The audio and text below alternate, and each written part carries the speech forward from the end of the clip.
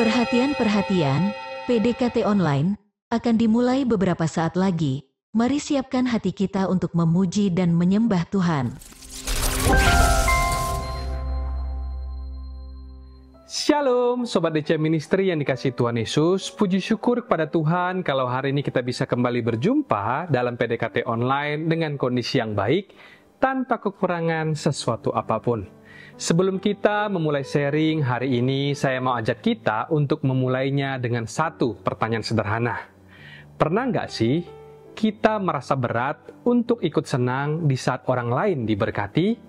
Entah itu di saat orang lain mendapat promosi lebih dulu, atau mungkin di saat kita melihat ada orang yang doanya terlihat lebih cepat dijawab.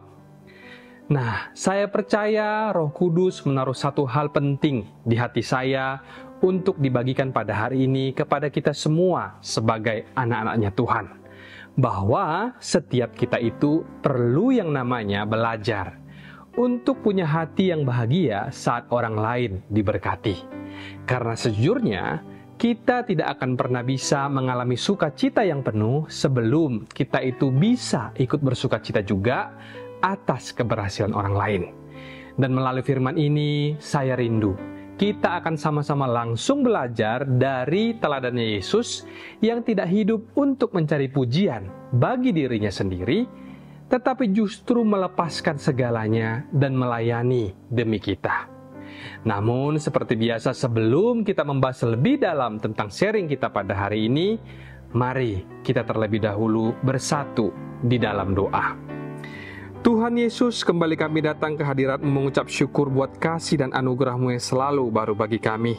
Sebentar kami akan menekan firman-Mu.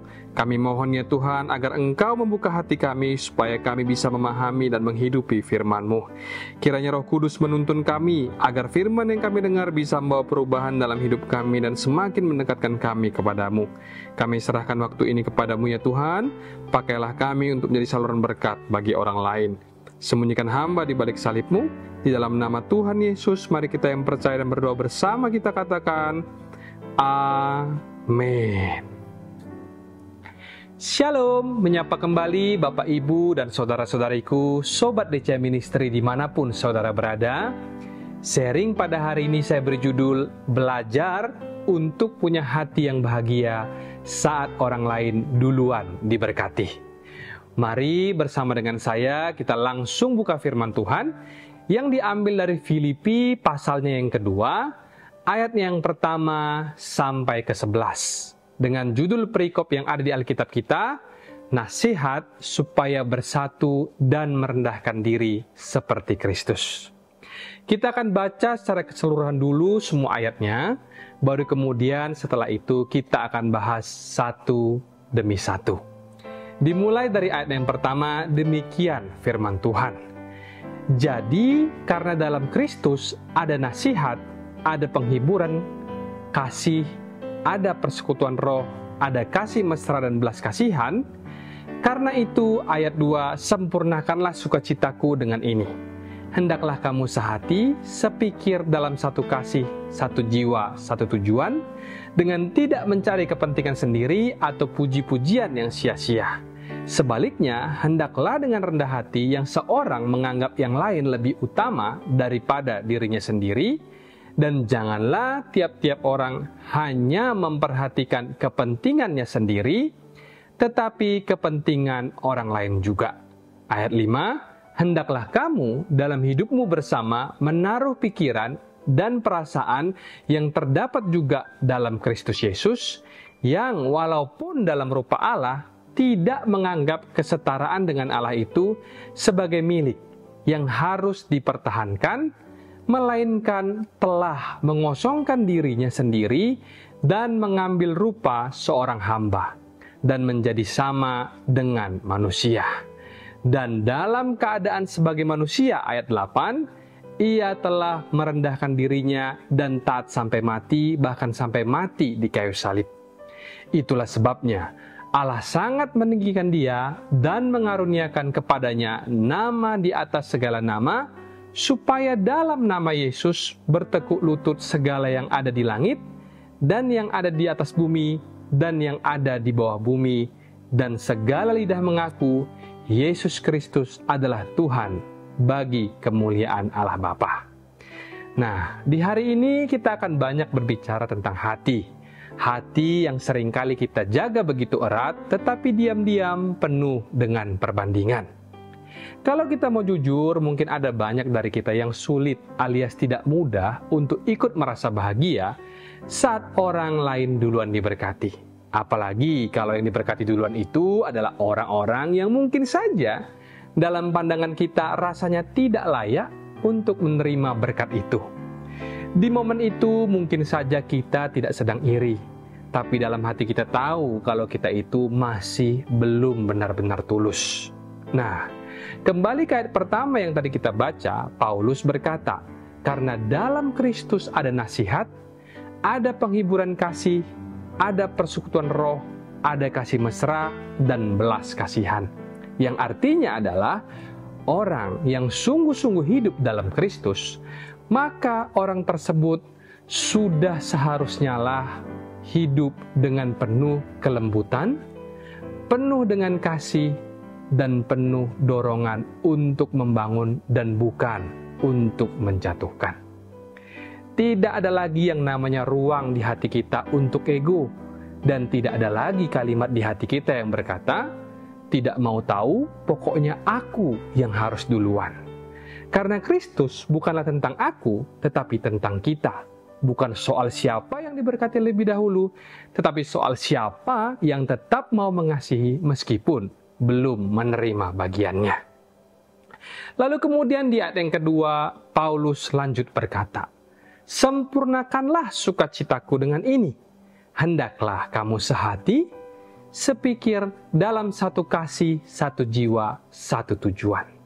Dari ayat yang kedua ini kita disadarkan kalau ternyata yang namanya sukacita itu tidak akan pernah bisa benar-benar sempurna selama kita masih hidup untuk diri sendiri. Karena sukacita yang sejati itu baru akan terasa penuh di saat hati kita bersatu di dalam kasih.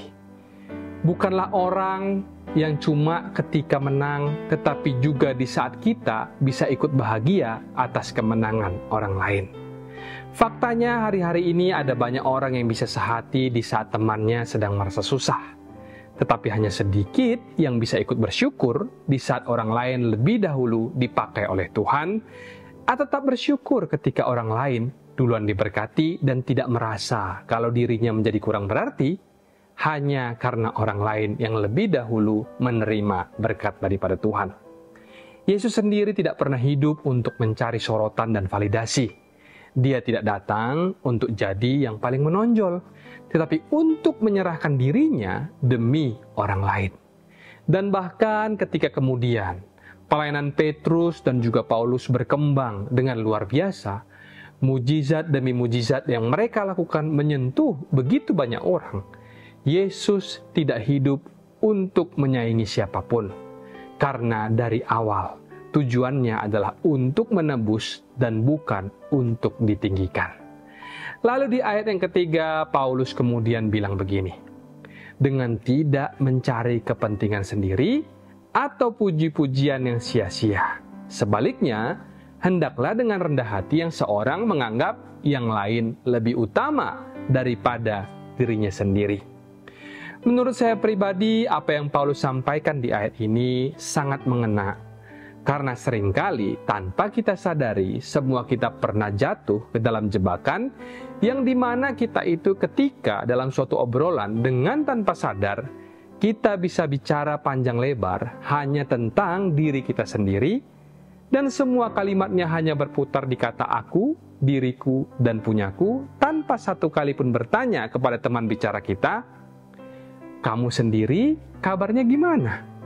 Padahal di sini Paulus bilang, jangan mencari puji-pujian yang sia-sia, atau dalam arti lainnya, jangan mencari kemuliaan yang hampa. Saya ngomong begini bukan berarti kita jadi tidak boleh bersaksi, bukan. Tetapi dari ayat ini kita diingatkan untuk sadar dan kembali introspeksi diri kita, apakah kesaksian kita itu sedang membangun orang lain, atau sedang membangun panggung untuk diri kita sendiri. Tentu saja kita boleh bercerita tentang berkat-berkat Tuhan, tetapi jangan lupa untuk membuka ruang untuk mendengarkan cerita dari orang lain juga. Belajarlah untuk hadir, bukan cuma untuk tampil. Belajarlah untuk bertanya dengan tulus, kamu sendiri kabarnya gimana? Apa kabarmu? Atau ada yang mungkin bisa aku doakan? Lalu kemudian di ayat 3b Paulus berkata lagi, sebaliknya, hendaklah dengan rendah hati yang seorang menganggap yang lain lebih utama daripada dirinya sendiri. Di ayat ini, Paulus bukan sekedar mengajak kita untuk rendah hati, tetapi yang lebih daripada itu, di ayat ini kita diajak untuk melihat orang lain sebagai yang lebih utama dibandingkan dengan diri kita sendiri. Bayangkan kalau semua orang itu hidupnya seperti ini. Saling menganggap yang lain itu lebih penting daripada dirinya dan tidak saling menuntut satu sama lain untuk dihormati, tetapi saling memberikan penghargaan antara satu dengan yang lainnya. Maka sudah pasti tidak akan ada satupun yang merasa direndahkan. Sebagai contoh, dalam keluarga, kalau suami menganggap istrinya penting dan istri pun menganggap dan menghargai suaminya, maka keduanya akan saling meninggikan, bukan untuk menjatuhkan. Begitu pula halnya dalam komunitas, baik itu di pelayanan, di rumah, atau bahkan di pekerjaan kita. Kalau semuanya orang hidup dengan saling menghargai, alhasil setiap orang pasti akan merasa dilihat, didengar, dan juga dikasihi. Karena itulah dunianya Kristus, dunia yang gak berpusat pada aku, tetapi pada kasih yang saling meninggikan. Selanjutnya di ayat yang keempat, Paulus berkata, dan janganlah tiap-tiap orang hanya memperhatikan kepentingannya sendiri, tetapi kepentingan orang lain juga. Sekilas ayat ini mungkin terlihat sederhana, tetapi ketika dijalani tentu saja tidak semudah mengatakannya. Karena dunia hari-hari ini di sekitar kita selalu mendorong kita untuk menjadikan diri kita sendiri sebagai prioritas yang utama. Sehingga membuat kita itu terbiasa untuk bertanya, kira-kira dari sini aku bisa dapat apa ya? Atau aku sudah cukup merasa diperhatikan atau enggak ya? Padahal di ayat ini, Paulus justru mengajarkan yang sebaliknya. Jangan hanya memikirkan kepentinganmu sendiri, tetapi kepentingan orang lain juga. Sama halnya saat kita bertanya apa kabar kepada seseorang. Kalau kita memang lagi tidak sedang sungguh-sungguh untuk mendengarkan jawabannya, maka lebih baik kita janganlah pura-pura untuk bertanya. Karena pertanyaan apa kabar itu bukanlah sekedar formalitas. Tetapi itu sebagai pertanda kalau kita itu siap untuk berhenti sejenak dan juga mendengarkan. Bukan berarti kita harus duduk sampai 2 jam atau 3 jam untuk mendengarkan ceritanya. Tapi kita bisa hadir dengan hati. Dan kalau memang kita sedang terburu-buru, kita tetap bisa berkata dengan tulus, maaf ya, aku harus lanjut dulu pergi, tapi aku tetap pengen tahu bagaimana kabarmu. Nanti kita akan lanjut lagi ya. Saya rasa ini juga sudah cukup untuk menunjukkan bahwa kita itu tidak hidup hanya untuk diri sendiri. Lalu kemudian di ayat yang kelima, Paulus melanjutkan, hendaklah kamu dalam hidupmu bersama menaruh pikiran dan perasaan yang terdapat juga dalam Kristus Yesus. Nah, ini ayat luar biasa karena ayat ini bukanlah sekedar ajakan untuk meniru Yesus dari luar, tetapi ini merupakan sebuah undangan untuk membiarkan pikiran dan perasaan Yesus tinggal di dalam diri kita. Karena Yesus bukanlah Tuhan yang hanya disembah dari kejauhan, tapi Tuhan yang pikirannya bisa kita hidupi dan perasaannya bisa kita jalani di dalam keseharian kita. Di ayat yang ke-6, Paulus kemudian menulis tentang Yesus, yang walaupun dalam rupa Allah, tidak menganggap kesetaraan dengan Allah itu sebagai milik yang harus dipertahankan. Melainkan, telah mengosongkan dirinya sendiri dan mengambil rupa seorang hamba dan menjadi sama dengan manusia. Di sini Paulus membahas tentang kerendahan hati Tuhan Yesus, Yesus yang adalah Tuhan punya segala kuasa dan juga kemuliaan. Dia layak dihormati, disanjung dan didahulukan. Tetapi dia tidak mempertahankan itu semua. Yesus tidak datang untuk menuntut penghormatan, tapi untuk memberikan dirinya sepenuhnya bagi kita. Yesus bisa saja lahir di istana, tapi dia memilih palungan. Dia bisa saja hidup sebagai raja, tapi dia memilih untuk hidup sebagai seorang hamba. Yesus dengan sengaja melepaskan haknya untuk disanjung, dimengerti, dan dilayani demi menunjukkan kasih yang nyata. Dan kalau hari ini kita berkata, aku mau menjadi seperti Yesus, itu artinya kita juga harus siap untuk hidup seperti Yesus, yang artinya kita juga harus belajar melepaskan ego kita pribadi, berani merendahkan diri kita, dan rela untuk mengambil posisi seorang hamba. Dan dalam keadaan sebagai manusia selanjutnya dikatakan di ayat 8, ia telah merendahkan dirinya dan taat sampai mati, bahkan sampai mati di kayu salib. Yesus bukan hanya merendahkan diri, tapi menyerahkan dirinya sepenuhnya. Dia bukan hanya taat sampai batas tertentu, tetapi taat sampai mati. Dan bukan sekedar mati biasa, tapi mati di kayu salib, yang dimana itu adalah sebuah bentuk kematian yang paling hina di zamannya. Yesus tidak mengejar kedudukan ataupun penghargaan. Yesus, dia taat bukan karena dia terpaksa, tapi karena cintanya yang begitu besar untuk kita. Itulah sebabnya di ayat 9 Paulus berkata, Allah sangat meninggikan dia dan mengaruniakan kepadanya nama di atas segala nama. Yesus ditinggikan bukan karena dia datang dengan mengandalkan status ataupun kemuliaannya, tapi karena dia rela turun paling rendah demi menebus manusia. Dia memang Tuhan sejak kekal, tapi kemuliaannya dinyatakan melalui ketaatannya. Dan bukan cuma hanya ditinggikan saja, tapi Allah sangat meninggikan dia. Hanya Yesuslah yang mendapat gelar sangat ditinggikan. Namanya jadi di atas segala nama. Supaya dalam nama Yesus, tadi di ayat 10 dikatakan, bertekuk lutut segala yang ada di langit, di bumi, dan yang di bawah bumi. Bayangkan, karena Yesus selalu memikirkan orang lain, dia bukan hanya diberikan nama tertinggi, tapi seluruh semesta tunduk di bawah kakinya. Yesus tidak minta ditinggikan, tetapi Bapa yang meninggikan dia. Karena hati dan hidupnya itu layak. Dan di ayat terakhir, ayat 11, segala lidah mengaku Yesus Kristus adalah Tuhan bagi kemuliaan Allah Bapa. Seluruh semesta mengaku bukan karena dipaksa, tapi karena cara hidup Yesus benar-benar mencerminkan kasih dan kerendahan hati. Karena Yesus memilih untuk turun ke dunia, untuk merendahkan diri, untuk taat, bahkan sampai mati. Yesus ditinggikan karena dia menang melalui hati seorang hamba. Dan di hari ini Tuhan sedang mengajak kita semua untuk hidup seperti itu. Untuk mulai belajar punya hati yang bahagia untuk orang lain, karena justru disitulah kuncinya kuasa. Orang yang hatinya tulus adalah orang yang bisa ikut bersuka cita di saat orang lain duluan dipromosi.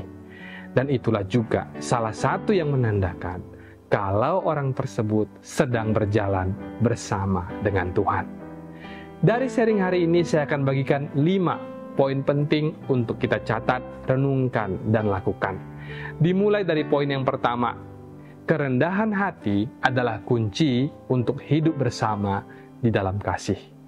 Tanpa kerendahan hati, kita tidak bisa membangun hubungan yang sehat.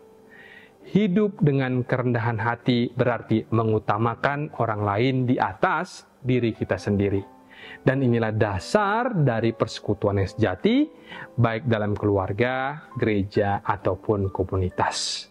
Poin yang kedua, sukacita sejati datang ketika kita peduli kepada orang lain. Bukan hanya saat kita menerima berkat, tapi juga saat kita bisa bersukacita atas keberhasilan orang lain. Ini adalah sukacita yang penuh, karena kebahagiaan orang lain juga membawa kebahagiaan bagi kita. Poin berikutnya atau poin yang ketiga, Tuhan meninggikan orang yang merendahkan diri. Yesus menunjukkan bahwa kerendahan hati selalu berbuah kemuliaan. Tuhan tidak meninggikan orang yang mencari kehormatan untuk diri mereka sendiri, tetapi orang yang merendahkan diri untuk melayani orang lain. Percayalah bahwa Tuhan akan mengangkat kita pada waktunya ketika kita hidup dengan kerendahan hati. Poin yang keempat, ketaatan kepada Tuhan membawa kita lebih dekat kepadanya. Yesus menunjukkan ketaatan total kepada kehendak Bapa, meskipun itu mengharuskannya untuk melewati penderitaan yang sangat besar. Kita dipanggil untuk mengikuti teladan Yesus karena ketaatan kepada Tuhan mendekatkan kita kepadanya dan membuka jalan bagi berkat-Nya yang lebih besar di dalam hidup kita. Dan poin yang terakhir atau poin yang kelima, dalam Kristus tidak ada tempat untuk ego, hanya melayani sesama. Yesus adalah teladan yang sempurna dalam melepaskan egonya dan memilih untuk melayani sesama. Dalam Kristus, hidup kita tidak berpusat pada diri sendiri, tetapi pada kasih yang kita berikan kepada orang lain. Itu dia 5 poin yang bisa saya bagikan hari ini. Semoga kita semua bisa menangkap dan belajar untuk mempraktekkan firman ini di dalam hidup kita, karena kita dipanggil untuk hidup dengan kerendahan hati, mengutamakan orang lain dan melayani sesama dengan tulus. Dan jangan lupa bahwa sukacita yang benar-benar sempurna itu hanya bisa dirasakan di saat kita bisa bahagia saat orang lain diberkati. Demikian sharing pada hari ini. Mari kita tundukkan kepala, kita bersatu hati di dalam doa. Tuhan Yesus, terima kasih untuk firman-Mu hari ini. Kami berdoa ya Tuhan, biarlah setiap hari kami semakin dimampukan untuk hidup dengan kerendahan hati, mengutamakan orang lain dan melayani dengan tulus. Ubahlah setiap hati kami ya Bapa agar semakin serupa dengan-Mu, supaya kami bisa membawa sukacita bagi orang lain, bukan hanya bagi diri kami sendiri. Kami juga berdoa untuk setiap sobat DCI Ministry di mana mereka berada. Kiranya Tuhan senantiasa memberkati kami dengan damai sejahtera dan memberi kekuatan kepada kami untuk terus setia berjalan dalam iman kami kepadamu. Kami serahkan seluruh hidup kami ke dalam tangan-Mu dan kami percaya, bagi Tuhan tidak ada yang mustahil. Dalam nama Yesus, semua yang percaya katakan bersama, amin. Mari kita buka hati dan angkat tangan kita untuk yang berkat daripada Tuhan. Terimalah kiranya berkat dari Allah Bapa, cinta kasih Tuhan Yesus Kristus, penyertaan Allah Roh Kudus akan menyertai hidupmu mulai hari ini, bahkan sampai kali yang kedua Tuhan Yesus datang menjemput kita, namamu tercatat di dalam kitab kehidupan. Dalam nama Tuhan Yesus yang percaya dan diberkati, katakan bersama, amin, amin, amin. Tuhan Yesus memberkati, shalom dan sampai jumpa.